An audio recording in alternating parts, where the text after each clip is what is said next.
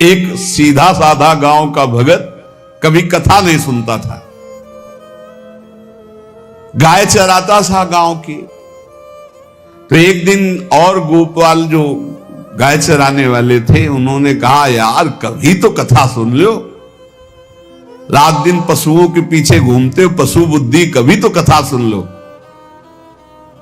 तो एक दिन सोचा दोपहर के भोजन गांव में पाएंगे जाके अपने घर में, और कथा हो रही वहीं से निकल लेंगे, जो सुन लेंगे तो सुन लेंगे। खड़े खड़े वहां चर्चा चल रही थी, जिसने मनुष्य जन्म लेकर के गुरु मंत्र नहीं लिया और नाम जब भगवान का नहीं किया, उसका जीवन मुर्दा, व्यर्थ जीवन। चला गया सुन के, और बार बार वही दिमाग में कि पंडित जी कह रहे थे गुरु मंत्र नहीं लिया और नाम जप नहीं किया तो मुर्दा जीवन। जिन हरि भगत हृदय नहीं आनी, जीवित सौ समानते प्राणी। दूसरे दिन फिर गया, कहा पंडित जी आपने कल कथा में कहा था गुरु मंत्र ले लेना चाहिए, नहीं तो जीवन मुर्दा हो जाता है, बेकार जीवन रहता है। तो देव गुरु मंत्र आप, और तो हम किसी को जानते नहीं। देखा फटा पुराना कपड़ा, डंडा लिए एक चरवाहा। उनका ऐसे थोड़ी कि तुरंत गुरु मंत्र दे दिया जाता है, आखिरी दिन कथा के मिलना फिर दे देंगे, टाल दिया। अब वो आखिरी दिन कथा के तो दिन चढ़ावा चढ़ रहा था, तो पंडित जी ने कहा जब चलें तब ले लेना गुरु मंत्र, टाल दिया। अब वो जब आखिरी दिन के बाद वो, तो उस समय घोड़े पे बैठ सब सामान लाद के पंडित जी चलते थे, वो तो सब सामान लाद के चलने लगे हो। तो पीछे पंडित जी आप जो कह रहे थे कि गुरु मंत्र देंगे, आप गुरु मंत्र दे दीजिए। पंडित जी रबड़ी पवाई गई थी, घोड़े से उतरे, घोड़ा एक भगत के यहां खड़ा किया और लोटा लिया और भागे, क्योंकि सोच लगी थी। अब वो भगत किसान आदमी, गांव का गंवार आदमी पीछे लगे, पंडित जी अरे गुरु मंत्र दे दो, कितने दिन से टहला रहे हो आप। अरे उनका यार मतलब सोच का पेशा, तू गुरु मंत्र की बात कर। अब वो पीछे लगा कि अब हम नहीं जाने वाले, आपने सब सामान लाद ली थी, भगवान की कृपा कहो कि आपको सोच लगी आई, नहीं तो आप हमको तो गुरु मंत्र ही नहीं देते, हम आपको नाम पर विश्वास की बात। पंडित जी तो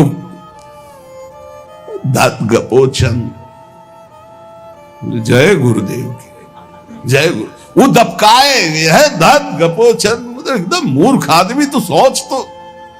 वो प्रणाम कर लिया, जय गुरुदेव, धत गपोचन धत गपोचन। जपना न राधा न कृष्ण न राम न हरि। घर आया, बोले आज से गाय चराना बंद। बोले क्यों? बोले गुरु मंत्र मिल गया, अब हम भजन करेंगे, हमारा जीवन मुर्दा नहीं रहेगा, अब जीवन सार्थक रहेगा। और मेहनत करने वाला आदमी, गाय चराने वाला आदमी, अब शुरू हो गया बैठ के धत गपोचन धत गपोचन। अब इसमें न कोई भगवान नाम है, न कोई मंत्र है, न प्रणव है, न नमो नमः, कुछ नहीं। गांव के लोग, घर के लोग बोले कि यार 50 गाय चराता था, पता नहीं कौन सा हम लोगों का पाप उदय हुआ कि कह दिया कि कथा सुन लेना। अब वो गाय चराना भी छोड़ दिया, अब गपोचन शुरू हो गया। अब उसकी ऐसी लगन लगी, सहज सरल भोले जो होते हैं ना, हरिवंश महाप्रभु कह रहे हैं, मुनि मन ध्यान धरत नहीं पावत, करत विनोद संग बालक भट, दास अनन्य भजन रस कारण, जैसे हित हरिवंश प्रगट लीलान। लालजू महाराज बड़े बड़े मुनियों के ध्यान में नहीं आने वाले, बड़े विनोदी। रुक्मिणी जी से कहा तैयार हो, भगत के दर्शन करने चलना है। रुक्मिणी जी ने कहा बहुत दिनों बाद आज आपको किसी भक्ति की याद आई, प्रभु जरूर कोई महाभागवत होगा, हम चलते हैं। बोले बहुत विचित्र महाभागवत। चले, साधारण वेश में चलना है। जब गांव में गए, उस भगवान तो सर्वज्ञ ही है, उसके घर के दरवाजे में बैठ गए और रुक्मिणी जी से कहा कि पहले तुम मिल के आओ भगत के, फिर हम मिलेंगे। रुक्मिणी जी ने कहा हाँ ये उत्तम बात है, पहले हम उनको दर्शन दे के और दर्शन करके आती है। तो आंख मूंदे ऐसे, न खाना न पीना धद गपोचन। रुक्मिणी जी ने कहा ये कौन सा नाम भगवान का, न विष्णु शास्त्र नाम में है न गोपाल शास्त्र नाम में है, और कहीं हमने पढ़ा नहीं, ये कौन सा भजन कर रहा है। कहे किसका भजन कर रहे हो, चुप रहा। फिर किसका भजन कर, 2-3 बार तो गुस्सा के आंख खोला, देखा कोई स्त्री, तो बोले तुम्हारे खसम का भजन कर रहे हैं, और किसका कर रहे हैं। वो रुक्मिणी जी आ गई, बोले बहुत जानकार भगत है प्रभु द्वारिकाधीश से कहा बहुत जानकार भगत है। बोले क्यों, बोले हमने कहा कि किसका भजन कर रहे हो, देखो हम इतना छुप के गई थी लेकिन वो पहचान गए, वो कह रहे तुम्हारे खसम का भजन कर रहे थे। अब भगवान ने कहा हाँ तभी तो हम आए भगत जोड़कर। बोले प्रभु आप दर्शन बाद में करना, जाके पहले हमारा प्रश्न बता दो, प्रश्न का उत्तर दे दो कि आपके विष्णु शास्त्र नाम, गोपाल शास्त्र नाम, बहुत से नाम हैं, ये नाम तो हमने कभी नहीं सुना। भगवान ने कहा ये नाम हमको तो बहुत प्यारा है। बोले आपको कब, मतलब ये कब कैसे नाम रखा गया। बोले बहुत प्यारा है, हमारा ब्रज का रखा हुआ नाम है, ब्रज में मैया ने रखा था। कैसे रखा था। बोले एक दिन मैं माखन चोरी कर रहा था, सखा के कांधे पर खड़ा हुआ, ऊपर माट में हाथ डालकर मक्खन पूरा ऐसे खाता जाता, सखा को पवाता जाता। इतने में मैया और गोपी जन आ गई। ए कन्हैया ये क्या कर रहा है। अब हमने देखा कि फंस गए। हमने कहा कि मैया हमें बहुत भूख लगी थी और देखा कि इसमें चींटी चढ़ी हुई है, तो हम चींटी निकाल रहे थे। तो बोले चींटी कैसे निकाल रहे थे, यहां पूरा हाथ सना हुआ है तुम्हारा चींटी। बोले अरे भैया तू बावरी, जब चींटी को ऐसे निकालने करते वो अंदर चली जाती तो खबो खबो के निकाला, इसलिए ऐसा इतना हाथ हो। बोले यहाँ मुंह में भी जब तुम्हारे मक्खन लगा, एक मक्खी बार बार उड़ रही थी तो हम ऐसे मारा तो पूरा मुंह में मक्खन लगा। मैया ने कहा धत गपोचन। बोले ये उस समय का नाम रखा हुआ है, मेरा बाल गोविंद में जब मैया ने रखा था मक्खन चोरी के समय उस। अब आप विचार करके देखो, भगवान का साक्षात्कार गुरु वचनों पर विश्वास होने पर साधारण शब्द बोला तो भगवान तो सर्वलोक महेश्वर सर्वज्ञ, उनके सब अक्षर, जैसे हर अक्षर में आ विराजमान है, का खा गा घा आ, ऐसे ही सब अक्षरों में ब्रह्म विराजमान है। फिर राधा नाम तो स्वयं हरि जपते हैं, और राधा नाम तो परम प्रेम में है और बड़ा गुही है। विश्वास करके जब वो धदगपोचन जपा तो रुक्मिणी और द्वारिकाधीश भगवान दर्शन देने आ गए, और तुम विश्वास करके राधा राधा जपोगे तुम्हें नहीं प्राप्त हो जाएगा। अरे यही राधा स्वयं भगवान हरि जपते हैं। इसलिए पहला जीवन का चरम लक्ष्य भगवत प्रेम, भगवत प्राप्ति। दूसरा, हमारी बुद्धि केवल विचार करे तो श्यामा श्याम के ही विषय में, किसी व्यक्ति वस्तु स्थान का अगर हमारा चिंतन हो रहा, संबंध हो रहा, तो श्यामा श्याम के संबंध से हो। जैसे गोस्वामी तुलसीदास जी कहते, नाते नेह राम के मनियत सुहृद सुसेव्य जहां लो। अगर ऐसा नहीं तो फिर हर वस्तु व्यक्ति स्थान में एक आसक्ति है, वो बांध लेगी, आप श्यामा श्याम तक नहीं पहुंच पाएंगे। इसलिए बुद्धि का जरूरी है प्रिया प्रीतम में स्थित होना। अगर बुद्धि ये निश्चय कर ले कि परम सुख स्वरूप श्यामा श्याम ही हमारे हैं, हम श्यामा श्याम के हैं, सुख है तो श्यामा श्याम के नाम में, रूप में, लीला में, धाम में। अभी आपने सुना आनंद का तारतम्य।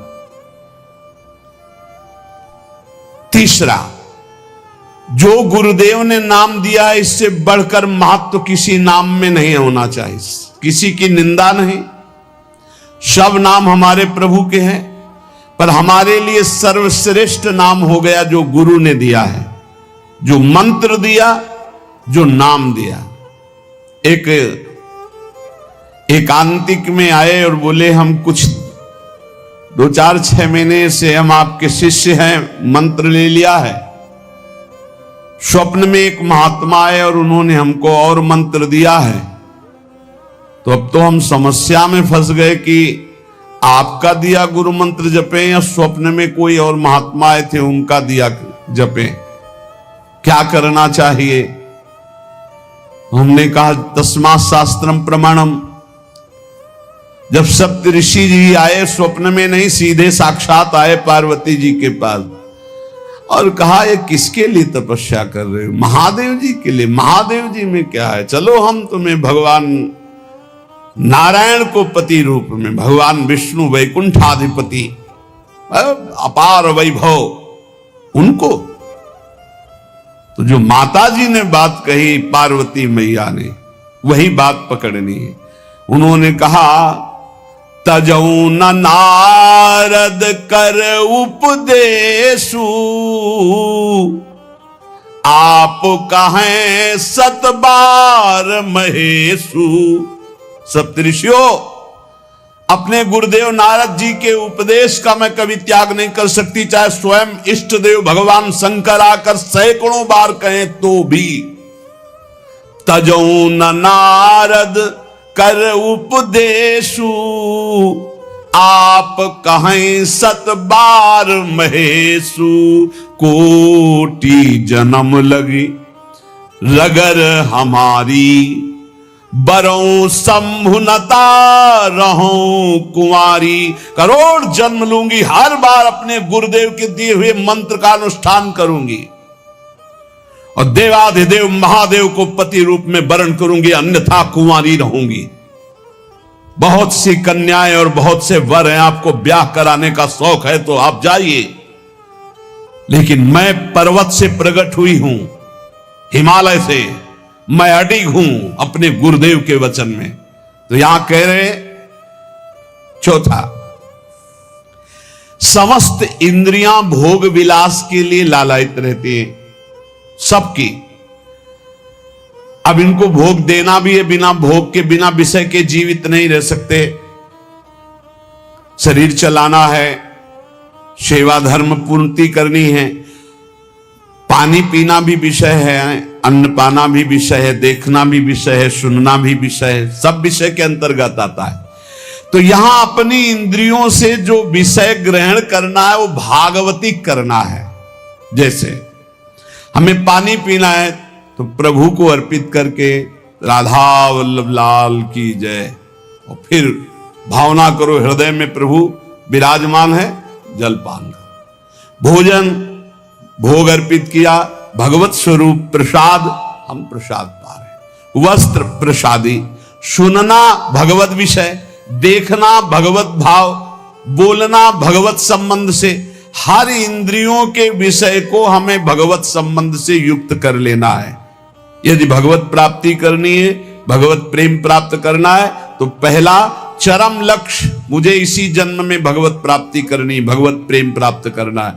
दूसरा, बुद्धि का पूर्ण समर्पण अपने आराध्य देव श्यामा श्याम में। तीसरा, गुरु प्रदत्त नाम रूप लीला गुण सेवा उपासना सांगोपांग गुरु प्रदत्त। चौथा, समस्त इंद्रियां भगवत संबंध से युक्त। पांचवा, जीव का चिंतन प्रत्येक क्षण पदार्थ, व्यक्ति, परिस्थिति, विचार भोगों के, क्रियाओं के, संबंधियों के, जहां जहां जाए वहां से हटाकर अपने लक्ष्य श्यामा श्याम में लगाओ, या जहां जहां जाए वहां प्रिया प्रीतम की भावना करो। जीवन का प्रत्येक पल किसी व्यक्ति के विचार में, वस्तु के विचार में, स्थान के विचार में, भोग विचार में, जहां जहां जाए वहां से हटाकर श्यामा श्याम में लगाओ, या जहां जहां जाए वहां श्यामा श्याम को देखो। बहुत सुख मिलता है, अपार सुख मिलता है। जिससे प्यार होता है, अपनापन होता है, उसकी बात सुनने में सुख मिलता है। अरे वो दिशा अच्छी लगती है, वो दिशा अच्छी लगती है। जिधर अपना प्यारा बसता है ना, वो दिशा अच्छी लगती है। उधर से आई हुई वायु ऐसा लगता है प्यारे का आलिंगन हो रहा है, अभी वो प्रेम जागृत नहीं हुआ। इसलिए उस एरिया को कोई आ जाए, अच्छा आप उधर से आए हैं। जहां अपना प्यारा बसता है उस क्षेत्र का कोई आ जाए तो ऐसा लगता है प्यारा मिल गया, उधर की वायु आ जाए तो प्यारा है। जहां प्रीतम जी देश की प्यारी लागे पौर, जिधर प्रीतम बसते उधर से यस्या कदापि वसनांचल खेलनोत, जिधर हमारी प्यारी जो प्यारे जो, नाम में अपार सुख तब अनुभव आएगा जब आसक्ति हो जाएगी। अभी आसक्ति अन्यत्र है, नाम में आसक्ति तो है नहीं। तो एक उपासक कि मुझे नाम जपने में श्रद्धा नहीं हो रही, बिल्कुल ना हो, आप चिंता मत करो। भाव शब्द समझिए, कुभाव अनख आलसहु, नाम जपत मंगल दिशि दसहु। भाव से जपो, कुभाव से जपो, मन लगे या ना लगे तुम्हें फल मिलेगा, पक्का मिलेगा, मंगल दसों दिशाओं में होगा। विश्वास करके जपो तो, और एक दिन जब स्वाद लग जाएगा तब आप भी ऐसे ही बोलोगे जैसे बड़े बड़े संत महापुरुष बोलते हैं, नाम जीवन, नाम सर्वस्व, नाम ही हमारा प्राण धन। 8वां, जीवन में राग द्वेष न रह जाए। बड़ा खतरनाक है ये राग द्वेष। अगर किसी से राग है तो बड़ा सूक्ष्म होता है राग का धागा, और वो जब हमारे ऊपर संकट आएगी, विपत्ति आएगी, या तो वो धागा दिखाई देता कि अभी वो है ना। द्रौपदी जी को पहले श्री कृष्ण याद नहीं आए, 5 महारथी पति है अतिरथी, वो याद आए, फिर भीष्मादि याद आए, फिर अपनी भुजाओं का बल, फिर दांतों का बल, और जब निर्बल तब महाबल। सुनेरी मैंने निर्बल के बल राम, महाबल प्रभु श्री कृष्ण का तब जागृत हुआ। ये राग बहुत खतरनाक है, किसी से राग ना करें। यही राग जब प्रियालाल के चरणों में अर्पित हो जाता है तो अनुराग कहलाता है। जब शरीर भोग, शरीर संबंधी, यही बहुत फंसाव वाला जन्म मरण चक्र का मूल यही राग है। और जब इसमें बाधा पड़ती तो द्वेष हो जाता है। द्वेष बहुत खतरनाक है।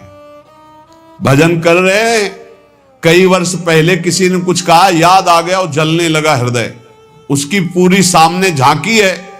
भजन कर रहे हैं प्रभु का और झांकी है उस द्वेष जिससे हुआ है और हृदय जलने लगा। या कभी वो सामने पड़ गया तो देखकर जल, द्वेष ना होने पावे। अजात शत्रु ते सदा, भक्त अजात शत्रु होता, एक भी पूरा सृष्टि में शत्रु ना होने पावे। 9वां, प्रत्येक परिस्थिति में अपने आराध्य देव के द्वारा दिया गया मंगल विधान है ऐसा मानना। एक बार हमने सुना था, उस समय किडनी का रोग प्रकाशित नहीं हुआ था, कि असाध्य रोग भगवान की विशेष कृपा से प्राप्त होता है। तो साधन पर उस समय जोर था, तो डर लगा कि असाध्य रोग कृपा कैसे हो सकती है, ना साधन में बैठ सकते हैं, पीड़ा रहती होगी तो भजन भी नहीं हो सकता, तो ये कृपा कैसे हो सकती है असाध्य रोग। लेकिन सच्ची आपसे कहते हैं, साधना हो रही थी भगवत मार्ग में जैसा कुछ, लेकिन शरणागति में कमी थी, क्योंकि साधन पक्ष में विश्वास बहुत जोर का था। शास्त्र प्रमाणित साधन के बल से भगवत प्राप्ति पर विश्वास हमें था। कृपा शब्द का हमारा कोई परिचय नहीं था, कृपा शब्द से हमारा कोई परिचय नहीं था। पक्का समझ लीजिए, क्या कृपा शब्द, ये तो शब्द ही नहीं था, बस साधन शब्द से परिचय था। अपनी इंद्रियों को बस में करो, मन का निग्रह करो और भगवान का निरंतर भजन करके परम पद प्राप्त करो। हर समय अपने साधन में लगे रहो। जब किडनी फेल हुई, साधन शब्द हटा, अब हाहाकार मच गया अहंकार में। अब क्या, फिर जो अहंकार शरणागत हुआ, फिर बात बन गई जो करोड़ों जन्मों की साधना से नहीं बनती, वो इस असाध्य रोग ने काम बना दिया। कह रहे हैं कि प्रत्येक परिस्थिति में पूर्ण कृपा पूर्ण मंगल विधान देखना, ये नवा सूत्र है। जैसी भी परिस्थिति आवे, चाहे जितना विकराल रूप लेकर के आ जाए परिस्थिति, कृपा ही कृपा, कृपा ही कृपा सच्ची मानना, परिणाम में देखना बड़ा मंगल और बड़ी कृपा होगी। 10वां, प्रेम प्राप्ति के मार्ग के पथिक का जीवन बड़ा विनयमय, बड़ा विनम्र, बड़ा संयमी, सदाचारपूर्ण, त्यागमय और शांत सुख स्वरूप, प्रेमी महात्मा का ये स्वरूप। बड़ा विनम्र जीवन, बड़ा विनयमय जीवन, बड़ा संयमित जीवन, सदाचारपूर्ण और त्याग रूप। त्याग की चेष्टा नहीं, वो त्याग रूप ही है। प्रभु के सिवा उसे कुछ अच्छा नहीं लगता। कुटुंब देहते जाए छूट सब ही विधि ना तो। और अद्भुत शांति, अद्भुत शांति, कोई भी द्वंद आ जाए उसे अशांत नहीं कर सकता। 11वां, श्री राधा माधव के नित्य नूतन परमानंद प्रदान करने वाले पदों का गायन, उनकी सेवा, उनके प्रेमी जनों के दर्शन संभाषण, तब ऐसे प्रेमानंद की तरंगे हृदय में उछलती रहती है जिससे लीला रस में उसका प्रवेश हो जाता है, तब उसका लीला रस में प्रवेश हो जाता है। इसलिए अपने जीवन को महाप्रेम में बनाने के लिए जो आप सत्संग में श्रवण करते हैं, ये बड़े सौभाग्य से श्रवण कथन का हमें प्रभु ने अवसर दिया है। हम इसे व्यर्थ न जाने दें, बार बार मनन करो। देखो भगवान की इतनी कृपा हो गई, ये यंत्र मोबाइल आदि जो है, अगर इनका सही प्रयोग करें तो ये बहुत सहायक है। एक बार सत्संग हो गया, जो पकड़ पाए नहीं, हम 10 बार सुनेंगे तब तो हम पकड़ लेंगे नहीं, तो 10 बार कैसे सुनते? अगर ये मोबाइल ना होते, ये यंत्र ना होते तो हम कैसे सुनते? बड़ी कृपा भगवान ने की। जैसे जैसे कलयुग हमारी स्मृति का अपहरण कर रहा है, तो भगवान के द्वारा प्रेरित होकर विज्ञान भी वैसी सहायता कर रहा है कि एक बार का सत्संग हमें पकड़ में नहीं आया तो हम 10 बार मोबाइल से सुन सकते हैं। बस हर चीज में गुण दोष है, तो मोबाइल के दोष को स्वीकार न करे। प्रपंच देखना, गंदी बातें देखना सुनना अगर शुरू कर दो तो दिन भर ही उसी में लग जाएगा। मतलब की बात देखो, संत महापुरुषों के सत्संग को सुनो और उसका मनन करो, उसको अपने आचरण में उतारो और एक क्षण भी नाम से विलग न रहो। जीवन का परम लाभ। शेष चर्चा आगे। श्री राधा वल्लभ लाल की।